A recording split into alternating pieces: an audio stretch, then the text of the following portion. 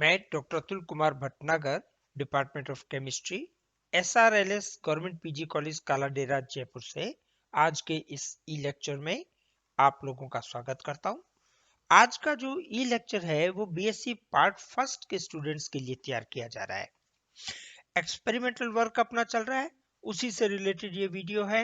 Experiment number 14 number का experiment है। इसमें अपन identification of functional group in the organic compound, कार्बनिक यौगिक में क्रियात्मक समूह ज्ञात करेंगे। एक्सपेरिमेंट नंबर है 14 और आज इसमें नॉन कंपाउंड में अपन करेंगे अमाइड क्रियात्मक समूह।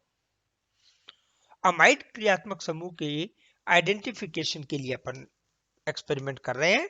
आप इसकी पीडीएफ फाइल इसी के डिस्क्रिप्शन में अटैच करूंगा, आप उसमें देख सकते हैं। पीडीएफ फाइल को आप डिस्क्रिप्शन में जाके लिंक आपको मिलेगा, उस लिंक को क्लिक कर दें। क्लिक करते ही पीडीएफ फाइल आपकी खुल जाएगी। पीडीएफ फाइल को आप लेकर उसमें से नोट कर लें, जो भी आपके एक्सपेरिमेंट है उनको नोट कर लें। अब अपन आज का जो एक्सपेरिमेंट है उसे डिस्कस करते हैं। एक्सपेरिमेंट नंबर 14, जो आपका लाइन वाला पेज है उसके टॉप पे एक्सपेरिमेंट नंबर 14 लिख लें और एक्सपेरिमेंट नंबर 14 के बगल में यहाँ पे आप तारीख डाल दें। तारीख आप आज की डाल दें और जब एक्सपेरिमेंट करेंगे बटा करके यहाँ पे बटा कर देंगे और नीचे यहाँ पे उस दिन की तारीख डाल देंगे। सबसे पहली चीज इसमें जो अपन नोट करेंगे वो है उद्देश्य। जो आपको कार्बनिक यौगिक ज्ञात करने के लिए यौगिक दिया गया है, आप उसके उद्देश्य को लिखेंगे। दिए गए कार्बनिक यौगिक में क्रियात्मक समूह ज्ञात करना। कैसे ज्ञात करेंगे? तो सबसे पहले उसकी भौतिक अवस्था देखें। तो जो अमाइड क्रियात्मक समूह के लिए यौगिक दिया जाएगा वो है ठोस, तो भौतिक अवस्था आ जाएगी ठोस। रंग, उसका रंगहीन, सफेद यौगिक जो होते हैं उनको अपन रंगहीन कहते हैं। गंध, गंध इसकी स्मेल करेंगे तो जैसे कभी घर में चूहा मर जाए और सड़ रहा हो, उसकी जो स्मेल आती है वैसी आएगी, तो अपन इसको लिखेंगे सड़े चूहे जैसी गंध आती है।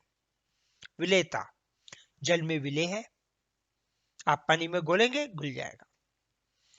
ज्वाला परीक्षण, यौगिक जलाने पर सफेद धुएं के साथ जलता है।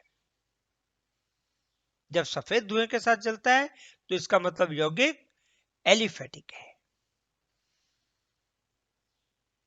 यौगिक एलिफेटिक है।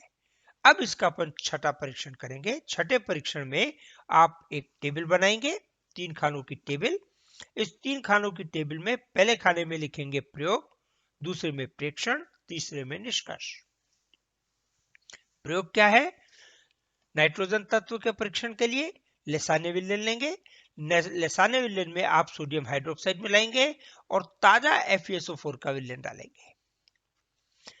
ताजा FeSO4 का विलयन डालने पर हरे रंग का अवक्षेप प्राप्त होगा। अवक्षेप क्या होता है कि जब परख नली में आप आर पार देखोगे, लाइट की तरफ देखोगे तो आपको लाइट नहीं दिखेगी, ठोस अंदर तैरता हुआ पदार्थ दिखेगा, उसको क्या कहते हैं? अवक्षेप। और हरा अवक्षेप प्राप्त हुआ इसका यह मतलब नहीं है कि नाइट्रोजन हो गया।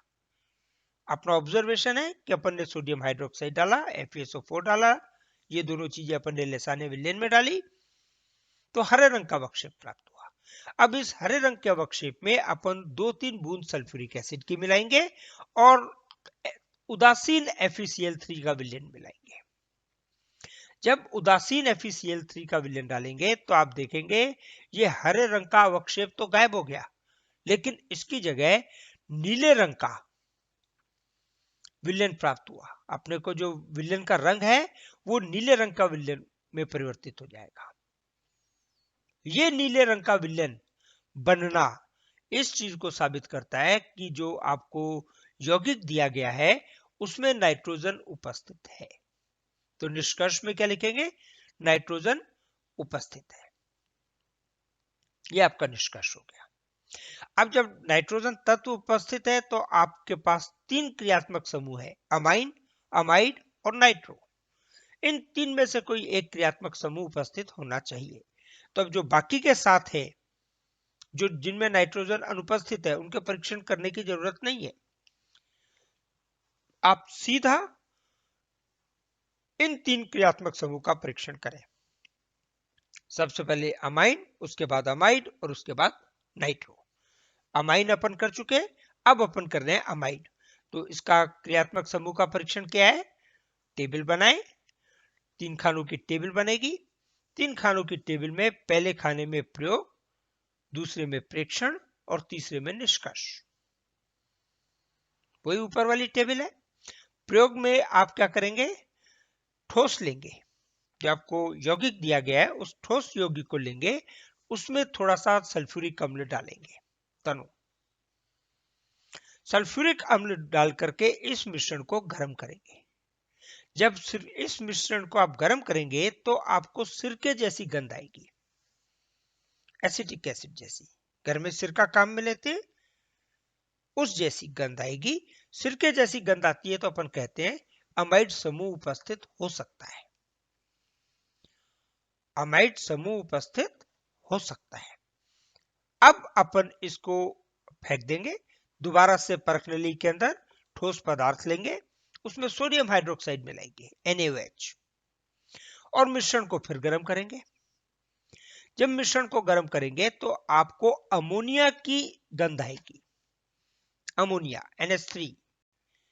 बहुत ज्यादा इस गंध को भी नहीं सूंघना है, अमोनिया भी हानिकारक है, इसलिए सूंघते बहुत ज्यादा नहीं है। लेकिन अमोनिया की, जैसे अमोनियम हाइड्रोक्साइड की गंध आती है, वो अमोनिया का ही है। तो अमोनिया जैसी गंध आएगी, अपन प्रेक्षण में लिखेंगे। और अमोनिया गंध आने का मतलब अमाइड समूह उपस्थित है। ये इसका परीक्षण हो गया। तो जब आपका निष्कर्ष निकल गया, लास्ट में आप क्या देंगे? परिणाम। परिणाम में क्या लिखेंगे? दिए गए कार्बनिक यौगिक में अमाइड समूह उपस्थित है। तो ये आपका एक्सपेरिमेंट नंबर 14 है। आप इसकी डिस्क्रिप्शन में PDF फाइल खोल करके उस PDF फाइल से एक्सपेरिमेंट को अपने रिकॉर्ड में नोट कर लें। जैसी भी स्थिति बनेगी कोविड-19 के बाद में, अपन लैब में काम शुरू करेंगे। Thank you.